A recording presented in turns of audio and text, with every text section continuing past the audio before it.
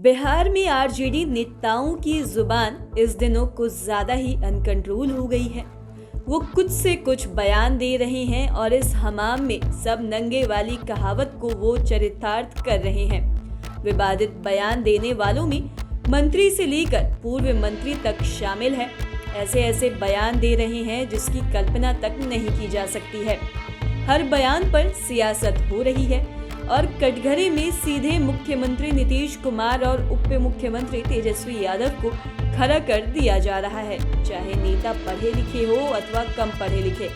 विवादित बयान देने में वो किसी से पीछे नहीं रह रहे हैं। ऐसे में आरजेडी के उन 5 नेताओं के बारे में बताएंगे जो इन दिनों विवादित बयान देने में सबसे आगे हैं। सबसे पहले 5वें नंबर की बात करते हैं। विवादित बयान देने वालों की लिस्ट में सबसे पहले वरीय नेता व पूर्व मंत्री अब्दुल बारी सिद्दीकी बात करते हैं। पिछले साल यानी कि 2022 के 22 दिसंबर को अब्दुल बारी सिद्दीकी का एक वीडियो वायरल हुआ था। इस वीडियो ने काफी सियासी बवाल मचाया था। तब बताया गया था कि यह वीडियो 17 दिसंबर का है और कार्यक्रम का आयोजन विधान परिषद के सभागार में किया गया था। मीडिया रिपोर्ट्स में यह बताया गया है कि विधान परिषद के सभापति सह जेडीयू के वरिष्ठ नेता देवेश चंद्र ठाकुर को सम्मानित करने के लिए इसे आयोजित किया गया था। इसी में अब्दुल बारी सिद्दीकी ने देश के माहौल पर बयान देकर सियासत को गरमा दिया था। वीडियो में अब्दुल बारी सिद्दीकी यह कह रहे हैं कि मेरा एक बेटा और एक बेटी है।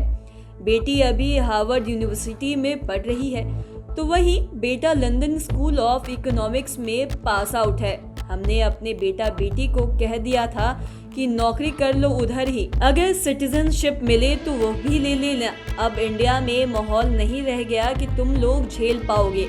आप लोग समझ सकते हैं कि यह बात कितनी तकलीफ से आदमी अपने बच्चों को कहेगा कि तुम अपनी मातृभूमि को छोड़ दो।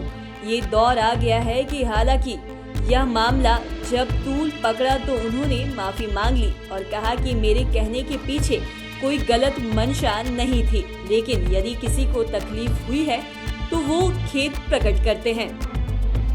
अब बात करते हैं 4थे नंबर की, बिहार के राजस्व एवं भूमि सुधार मंत्री आलोक मेहता की। आलोक मेहता का यह बयान आया है 21 जनवरी 2023 को। दरअसल भागलपुर के गोराडीह प्रखंड में 21 जनवरी को जनसभा का आयोजन किया गया था। इसी कार्यक्रम में मंत्री आलोक मेहता ने 10% आरक्षण पाने वालों को अंग्रेजों का दलाल बता दिया। उन्होंने कहा कि जगदेव बाबू ने दलित, शोषित, पिछड़े और वंचितों के उत्थान की लड़ाई लड़ी, जिनकी हिस्सेदारी में 90% है। उन्हें समाज में कोई सम्मान नहीं मिलता था। वहीं जो आज 10% आरक्षण वाले हैं उन्हें अंग्रेजों ने जाते वक्त सैकड़ों एकड़ जमीन देकर जिम्मेदार बना दिया, जबकि मेहनत मजदूरी करने वाले आज तक भूमिहीन बने हुए हैं। आलोक मेहता यही नहीं रुके, उन्होंने आगे कहा कि जिन्हें आज 10% आरक्षण में गिना जाता है वह पहले मंदिर में घंटे बजाते थे और अंग्रेजों के दलाल थे, और जो 10% लोग हैं उन्हें EWS कहा जाता है।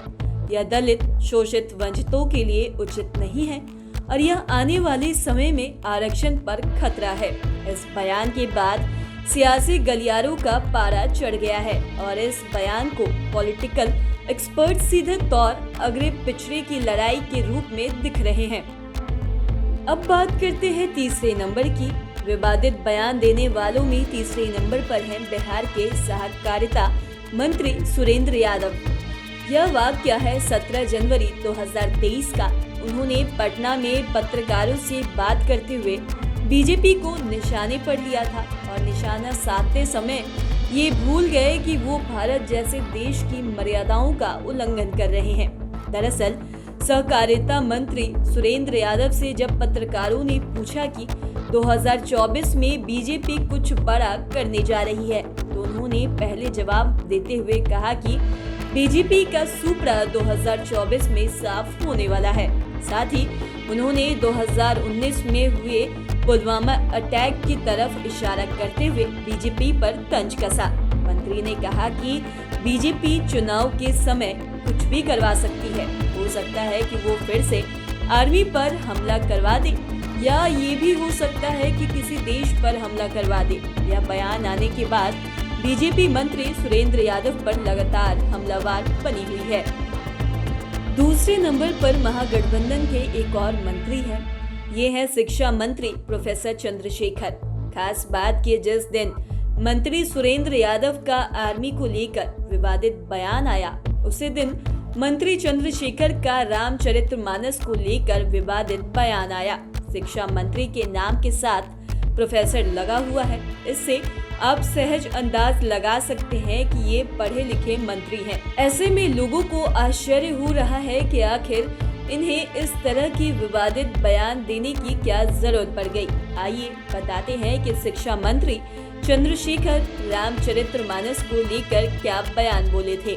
उन्होंने नालंदा ओपन यूनिवर्सिटी के 15वें दीक्षांत समारोह में छात्रों को संबोधित करते हुए उन्होंने कहा था, मनुस्मृति में समाज की 85% आबादी वाले बड़े तबके के खिलाफ गालियां दी गई हैं। रामचरितमानस के उत्तरकांड में लिखा है कि नीच जाति के लोग शिक्षा ग्रहण करने के बाद सांप की तरह जहरीले हो जाते हैं। यह नफरत को बोने वाले ग्रंथ है। एक युग में मनुस्मृति, दूसरे युग में रामचरितमानस और तीसरे युग में गुरु गोलवलकर का बंच ऑफ शॉट, ये सभी देश व समाज को नफरत में बांटते हैं।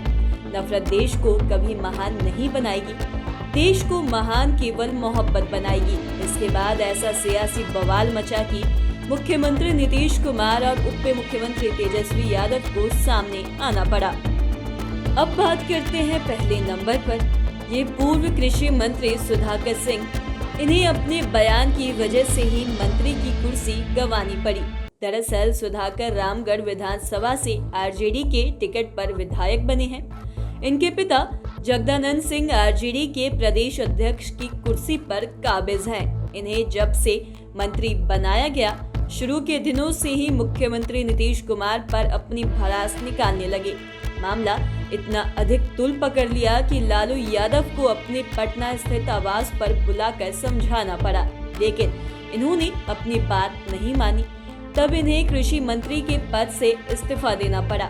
इस्तीफा देने की वजह से पिता जगदानंद सिंह पार्टी से नाराज हो गए तथा लगभग 2 माह तक पार्टी कार्यालय ही नहीं आए। बाद में तेजस्वी यादव ने खुद ही मान मनोबल करने अपने साथ कार्यालय ले गए, लेकिन सुधाकर सिंह में कोई बदलाव नहीं आया और अब तक इन्होंने आधा दर्जन से अधिक बार नीतीश कुमार के खिलाफ अनाप शनाप बयान दिया है।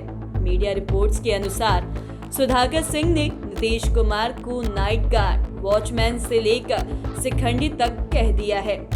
21 जनवरी 2023 को भी इन्होंने आरा में आयोजित कार्यक्रम में कह दिया था कि नीतीश कुमार को कुर्सी का लोभ है। इसके पहले मोहनिया में इन्होंने कहा कि विशेष राज्य का दर्जा के लिए ये कटोरा देकर केंद्र के पास जाते हैं। तो आज के इस वीडियो में इतना ही। अगर आपने अब तक हमारे चैनल को सब्सक्राइब नहीं किया तो तुरंत कर लें। साथ ही हमारे फेसबुक पेज को लाइक करें। धन्यवाद।